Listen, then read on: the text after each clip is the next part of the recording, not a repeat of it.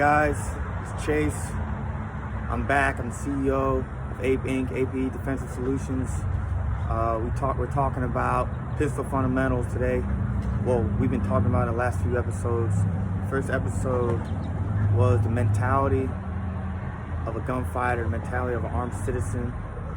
The second episode was about grip, okay, and stance. And the third episode was about sight alignment, sight picture, and I think we covered a little bit of stance as well. Okay, so today is a short video, and it's going to be about trigger control. Okay, trigger squeeze, trigger control. Apart from the grip, sight alignment, and sight picture, you can have all that stuff. You can be a master at grip. You can have your grip worked out. You can have your sight picture. You can see the target. You can be able to identify it. But guess what? If you can't keep that muzzle where it's supposed to be, where the shot breaks, then the shot is not going to be on target. Okay, and you do that. You keep your shot on target and keep your muzzle where it's supposed to be by not anticipating the shot, not tensing up, breathing correctly, and having proper trigger control. Okay, so we're going to talk about that today real quick. Okay, it's a Glock 17 Winchester silver tip hollow points, unloaded. Okay, so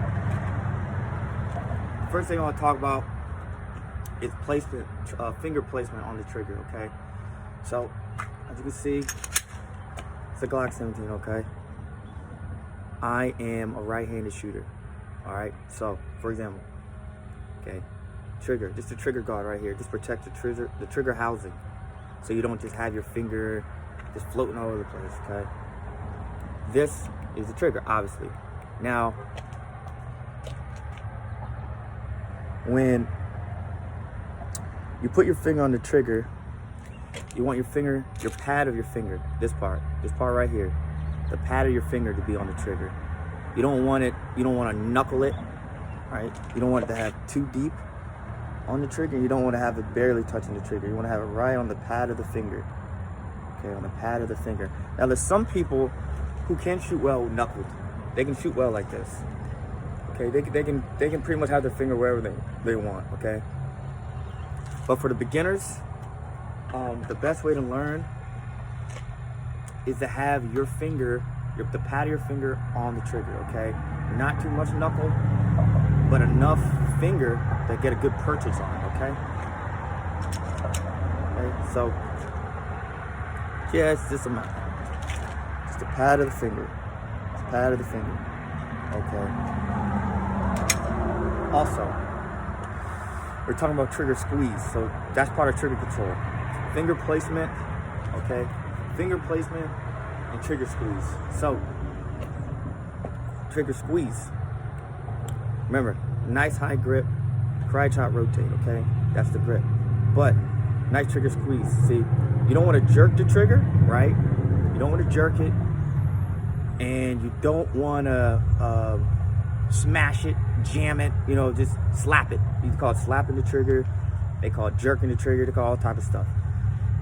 So this is what I mean when I mean slapping, right? Just kind of pulling back or jerking it. You jerk down. A good trigger squeeze is a nice, steady squeeze. Hear that?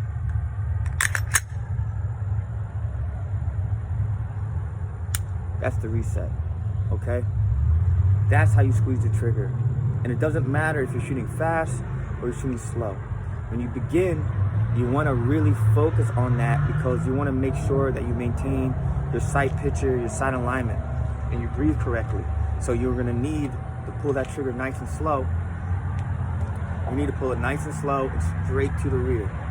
Straight to the rear, okay? No jerking, because a lot of people, a lot of people will, let's see, they'll present, right? They'll present the gun. If you look at my hands, so karate chop, rotate. They'll present the gun and they'll jerk. or just slap it, because they're not keeping the muzzle on the target. Keep the muzzle on the target, nice sight picture, sign alignment.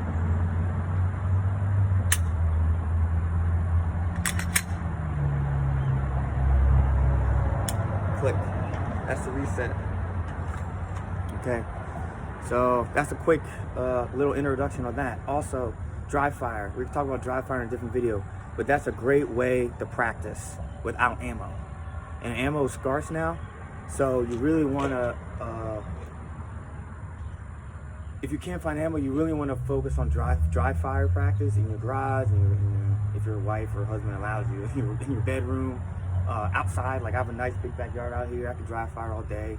There's a road right here, Fry Road, so everyone's minding their own business, driving around, so I can practice pretty much freely out here. Okay, so that's it. That's all I got. Just a quick video. I'm gonna start making them shorter, more to the point. Any questions, DM, Instagram, Alpha Ape Inc. Subscribe to my channel on YouTube, A.P.E Defensive Solutions. I'm also on Facebook. I'm starting to get some Facebook stuff together. I got merch on the way. My wife and I are gonna work on a curriculum for self-defense, as far as for women, especially for women and elderly folks. Shout out to the vets out there. Shout out to the police. Shout out to first responders. I love you all. If you're a vet, you need help, don't be afraid to ask for it, okay? Y'all have a blessed day, blessed Wednesday. Remember, practice, repetition, consistency, and fundamentals. That's what we need. God bless.